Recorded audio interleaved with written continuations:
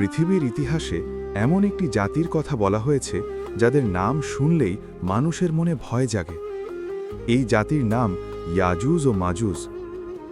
ইসলামী বর্ণনা অনুযায়ী তারা মানুষেরই একটি জাতি, কিন্তু তাদের স্বভাব সাধারণ মানুষের মতো নয়। তারা নিষ্ঠুর, হিংস্র এবং ধ্বংসাত্মক। যখন তারা কোনো অঞ্চলে আক্রমণ করত, তখন মনে হতো যেন এক ভয়ঙ্কর ঝড় নেমে এসেছে। ক্ষেতের ফসল নষ্ট হয়ে যেত, গবাদি পশু হত্যা করা হতো, আর মানুষ প্রাণ বাঁচাতে পালিয়ে বেড়াত। তাদের সংখ্যা ছিল অসংখ্য। মনে হতো যেন পঙ্গপালের বিশাল ঝাঁক পৃথিবীর ওপর নেমে এসেছে। যেখানে তারা যেত সেখানেই ধ্বংস রেখে যেত। মানুষ তাদের থামানোর কোনো উপায় খুঁজে পাচ্ছিল না। এই ভয়ঙ্কর পরিস্থিতির মধ্যেই ইতিহাসে আবির্ভাব ঘটে এক শক্তিশালী শাসকের। তার নাম জুলকারনাইন। কোরআনে তার কথা উল্লেখ করা হয়েছে। আল্লাহ তাকে বিশেষ শক্তি, জ্ঞান এবং ক্ষমতা দিয়েছিলেন। তিনি শুধু একজন শাসকই ছিলেন না, ছিলেন একজন ন্যায়পরায়ণ নেতা। যেখানে অন্যায় হতো তিনি সেখানে ন্যায় প্রতিষ্ঠা করতেন, দুর্বল মানুষদের রক্ষা করতেন এবং অত্যাচারীদের শাস্তি দিতেন। জুলকারনাইন পৃথিবীর বিভিন্ন অঞ্চলে ভ্রমণ করতেন এবং আবার নতুন এক যাত্রার দিকে এগিয়ে গেলেন। এই যাত্রাই একসময় তাকে নিয়ে গেল এক রহস্যময় স্থানে। সেখানে ছিল দুইটি বিশাল পাহাড়। সেই পাহাড় দুটির মাঝখানে ছিল একটি সংকীর্ণ উপত্যকা। সেই উপত্যকার মধ্যে একটি ছোট্ট জাতি বসবাস করত। এই মানুষগুলো ছিল আতঙ্কে ভরা, কারণ সেই পাহাড়ের ওপাশেই বাস করত ভয়ঙ্কর সেই জাতি, ইয়াজুজ ও মাজুজ। তারা প্রায়ই পাহাড় পার হয়ে এসে মানুষের গ্রাম আক্রমণ করত, মানুষের ঘরবাড়ি ধ্বংস করত, ফসল নষ্ট করত এবং মানুষকে হত্যা করত। এই অত্যাচারের কারণে সেই অঞ্চলের মানুষ সব সময় ভয়ের মধ্যে জীবন কাটাত।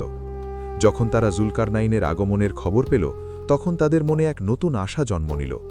তারা বুঝতে পারল হয়তো এই শক্তিশালী শাসক তাদের রক্ষা করতে পারবেন। তারা জুলকারনাইনের কাছে সাহায্য চাইল। জুলকারনাইন তাদের কথা মন দিয়ে শুনলেন।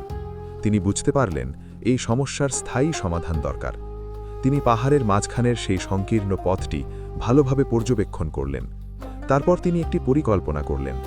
তিনি মানুষদের বললেন বড় বড় লোহার পাত সংগ্রহ করতে। মানুষরা পাহাড়ের মাঝখানে সেই লোহার পাতগুলো এনে স্তূপ করতে লাগল। একটির ওপর আরেকটি বসিয়ে ধীরে ধীরে পাহাড়ের সমান একটি বিশাল কাঠামো তৈরি করা হলো। এরপর আগুন জ্বালিয়ে সেই লোহাগুলোকে প্রচণ্ড গরম করা হলো। যখন লোহা গনগনে লাল হয়ে উঠল, তখন তার উপর ঢেলে দেওয়া হলো গলিত তামা। লোহা এবং তামা মিলে তৈরি হলো এক বিশাল শক্তিশালী প্রাচীর। এই প্রাচীর ছিল এতটাই মসৃণ এবং শক্ত যে তা বেয়ে ওঠা সম্ভব ছিল না। এমনকি সেটিকে ভেঙে ফেলাও প্রায় অসম্ভব ছিল। এইভাবে পাহাড়ের মাঝখানের পথটি সম্পূর্ণভাবে বন্ধ হয়ে গেল। এরপর থেকে ইয়াজুজ মাজুজ সেই পথ দিয়ে আর বেরোতে পারল না। তারা সেই প্রাচীরের ওপাশে বন্দী হয়ে গেল। কিন্তু ইসলামী বর্ণনা অনুযায়ী গল্প এখানেই শেষ নয়।